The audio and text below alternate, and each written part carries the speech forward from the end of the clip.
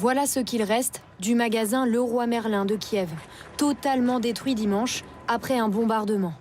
L'image fait le tour des réseaux sociaux. Ce député ukrainien interpelle l'enseigne française et lui demande de cesser ses activités en Russie. Regardez ça. Les taxes que vous payez à la Russie permettent d'acheter et de produire des missiles dont vous voyez les conséquences. Leroy Merlin, vous êtes à l'aise avec ça? Un message relayé par les salariés ukrainiens. Ils ont lancé une pétition. Ils réclament que Leroy Merlin, mais aussi Decathlon et Auchan, toutes les marques du groupe Muliez, ferment leurs magasins. À Moscou ce matin, les clients de ces enseignes semblaient plutôt indifférents. Je m'inquiète pas, ils travaillent encore ici. Mais ils pourraient partir. Dans ces cas-là qu'ils partent, on a d'autres magasins.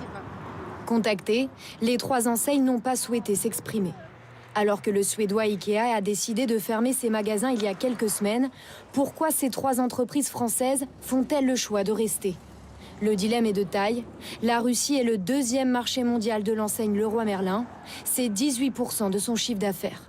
Le groupe Muliez investit massivement depuis 20 ans en Russie.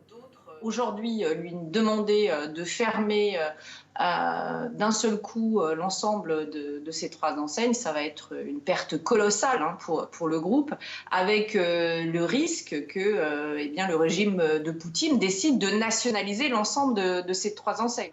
Une situation complexe que comprend ce délégué syndical Leroy Merlin. Lui souhaite avant tout la protection des salariés russes. S'il devait fermer, il est clair que nous, en tant qu'organisation syndicale, on demanderait aujourd'hui le maintien des salaires des 45 000 salariés russes. Toutes enseignes confondues, le groupe Muliez détient près de 400 magasins en Russie. Cela représente près de 80 000 salariés.